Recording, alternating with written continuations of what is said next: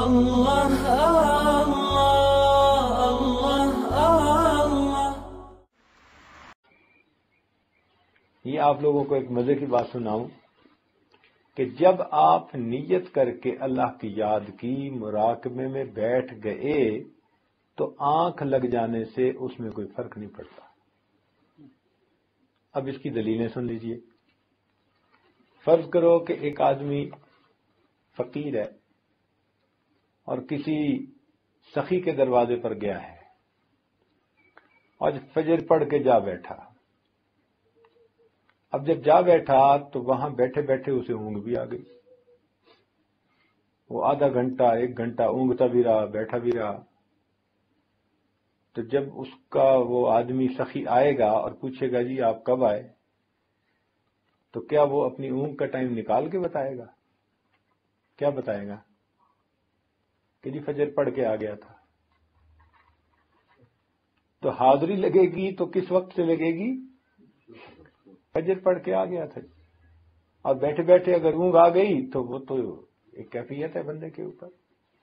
تو اگر دنیا کے سخی کے دروازے پہ جاؤ تو وہ بیٹھنے کا وقت دیکھتا ہے، درمیان میں اونگ کے وقت کو نظر انداز کر دیتا ہے۔ تو اگر سخیوں کے پروردگار کے دروازے پہ جا کر بیٹھو تو وہ پھر کیا اونگ کے ٹائم کو نکال دے گا؟ اب اس کی ایک اور پریکٹیکل مثال دوں آپ کو، یہ تو خیر ویسے ہی ایک بات سمجھانے کے لیے تھی۔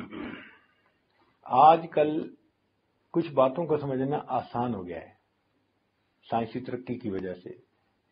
مثال کے طور پر آپ نے سیل فون دیکھے ہیں۔ ایک بندہ سیل فون کو چارجنگ پہ لگا دیتا ہے، آن ہو فون یا آف ہو، کوئی چارجنگ پہ فرق پڑتا ہے؟ آپ بتائیں، فون آن ہو یا فون آف ہو؟ جب چارجنگ میں لگا دیا تو چارجنگ۔ تو جب آپ نے مراقبے کی نیت کر کے دل کی بیٹری کو چارجنگ سے جوڑ دیا تو اب آپ کی سکرین آن ہے یا آف ہے، اس سے کیا فرق پڑتا ہے؟ اللہ تعالیٰ کی رحمت اترتی ہے اور بندے کے دل کی بیٹری کو چارج کرتی رہتی ہے۔ تو اونگ سے تو بالکل ہی نہیں گھبرانا چاہیے۔ ہاں، اپنی طرف سے کوشش کرنی چاہیے کہ بیدار ہو کر بیٹھے، ہوشیار ہو کر بیٹھے۔ اس کی وجہ کیا ہے کہ کئی مرتبہ تو نیند یا اونگ تھکاوٹ کی وجہ سے آ جاتی ہے، کئی مرتبہ عادت کی وجہ سے آ جاتی ہے۔ کچھ لوگوں کی نیند عادت ہی ہوتی ہے اونگنے کی، ذرا ان کی نیند کا سلسلہ ہی ایسا ہوتا ہے، ایور گرین ہوتے ہیں، ہوتا ہے جب چاہو ان کو سلا دو۔ بس انہوں نے مراقبے میں سر جھکایا تو بس اب ان کو یہ پتہ نہیں ہوتا کہ میں نے سر پہلے جھکایا تھا یا مجھے نیند پہلے آئی تھی، یہ نہیں پتہ ہوتا ان کو، مگر اس سے فرق نہیں پڑتا۔ اللہ تعالیٰ تو یہ دیکھیں گے کہ میرا بندہ میری یاد کی نیت کر کے بیٹھا تھا یا نہیں۔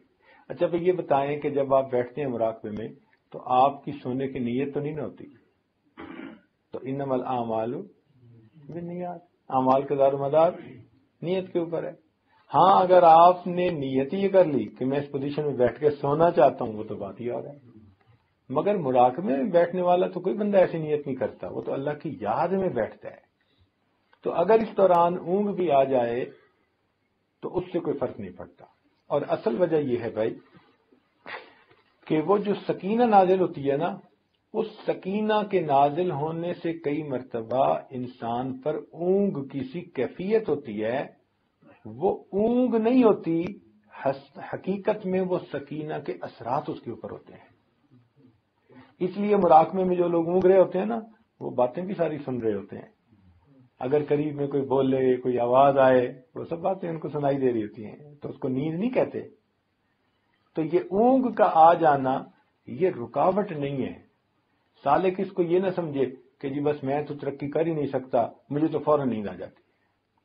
بیٹھنا ہمارا کام اور رحمتوں کا نازل کرنا یہ پروردگار کا کام ہے۔ ہم بیٹھے رہیں گے تو پروردگار اپنی رحمتیں نازل فرماتے ہیں۔ تو جب بھی ذکر میں انسان بیٹھتا ہے تو اللہ تعالیٰ کی طرف سے رحمتوں کا نزول ہوتا ہے۔ نزلت علیہم السکینہ، ان پر سکینہ نازل ہوتی ہے۔ اب جب سکینہ نازل ہوگی تو بھئی اس کے اثرات تو ہوں گے نا انسان پر. یہ کیسے ہو سکتا ہے کہ رحمت کی بارش ہو اور بندے پہ اثر نہ ہو؟ تو اثرات تو ہوں گے.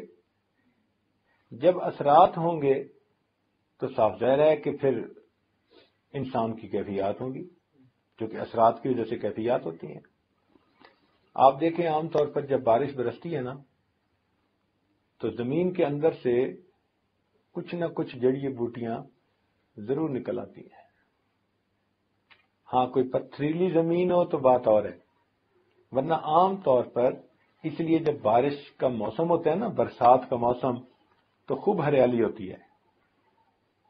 کہتے ہیں نا جی کہ ساون کے اندھے کو ہرا ہی ہرا نظر آتا ہے. وہ ساون کا موسم ہی ایسا ہے کہ اس میں برسات ہوتی ہے، اور برسات کے موسم میں زمین سے خوب کھیتیاں نکلتی ہیں، یعنی پودے نکلتے ہیں.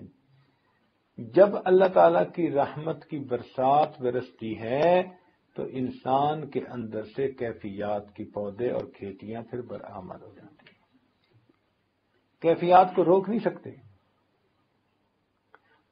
ذکر کی وجہ سے بندے کی کوئی نہ کوئی کیفیت ضرور ہوتی ہے. یا تو اس کو اللہ تعالیٰ کی محبت میں اضافہ نظر آئے گا، یا جو کیفیتیں میں نے پہلے بتائیں وہ محسوس ہوں گی. اور اگر کوئی بندہ کہے جی کہ مجھے تو کوئی بھی کیفیت محسوس نہیں ہوتی، تو یہ بھی ایک کیفیت ہے. یہ بھی تو ایک کیفیت ہے نا کہ مراقبے میں بیٹھتا ہے تو اسے کوئی کیفیت ہی محسوس نہیں ہوتی. اٹ مینس کہ something is seriously wrong somewhere. اس کو ڈائگنوز کرنا چاہیے. کیا مصیبت ہے کہ اس کے دل پر اثرات نہیں ہوتے؟ کیا وجہ ہے کہ اس کے دل پر ان برکات کا اثر نہیں ہوتا؟ اور اس کی وجہ عام طور پر کوئی نہ کوئی زیادہ گڑبڑ ہوتی ہے. وہ بندہ کسی ایسے گناہ کبیرہ میں پھنسا ہوتا ہے کہ جس کی وجہ سے دل کے اوپر تالے لگے ہوتے ہیں، دل کے دروازے بند ہو چکے ہوتے ہیں. یا کوئی حرام حلال کا چکر ہوتا ہے کہ جو کیفیات اس کو ذکر میں ملتی ہیں، حرام ان کیفیات کو چھپا دیتا ہے. چنانچہ امام ربانی مجد الاسانی رحمۃ اللہ علیہ نے یہ لکھا، فرماتے ہیں کہ ایک ہمارا خادم تھا، اور خادم لوگ جو ہوتے ہیں پھر ان کی رعایت بھی کرنی پڑتی ہے. هل جزاء الاحسان الا الاحسان. تو خادم تھا تو ایک مرتبہ اس کا ایک بھائی تھا، وہ بیمار ہوا اور اس کے اوپر جان کنی کا عالم طاری ہو گیا، یعنی آخری وقت، آخری لمحات، آخری علامات قریب ہو گئی.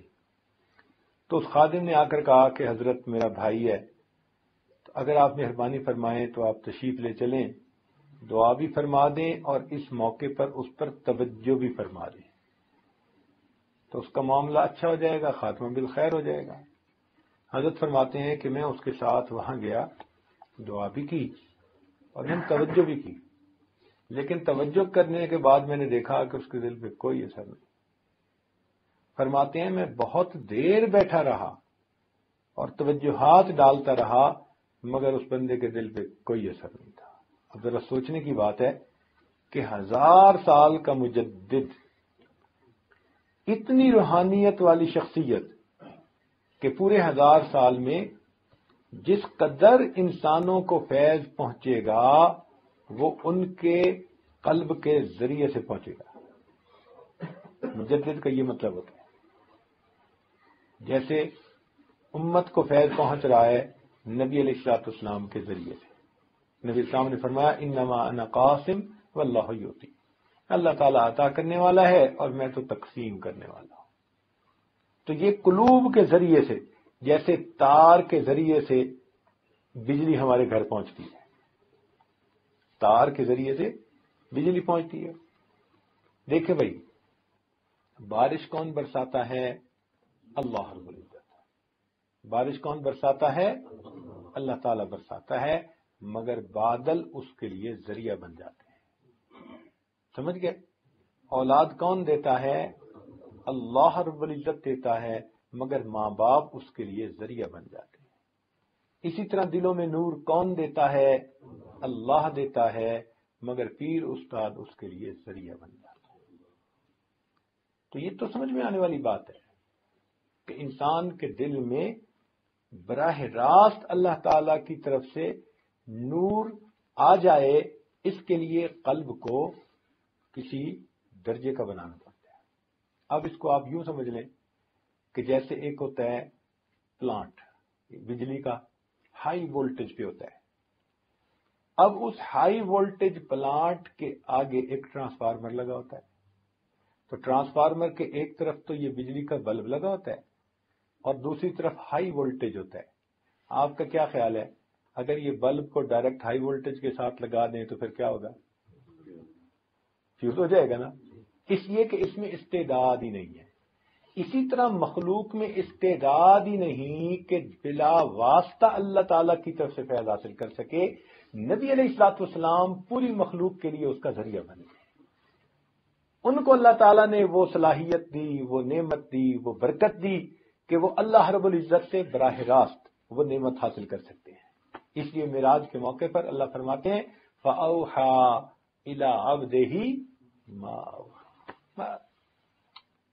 اب وہ محبوب اور محب میں کیا باتیں ہوئیں اور کیا ملاقاتیں ہوئیں وہ تو اللہ تعالیٰ ہی بہتر جانتا ہے۔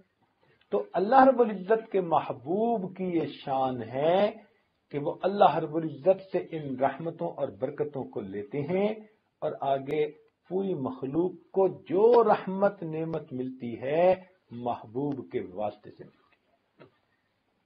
لا الہ الا اللہ، لا الہ الا اللہ، لا الہ الا اللہ، لا الہ الا اللہ، لا الہ الا اللہ، لا الہ الا اللہ، لا الہ الا اللہ، لا الہ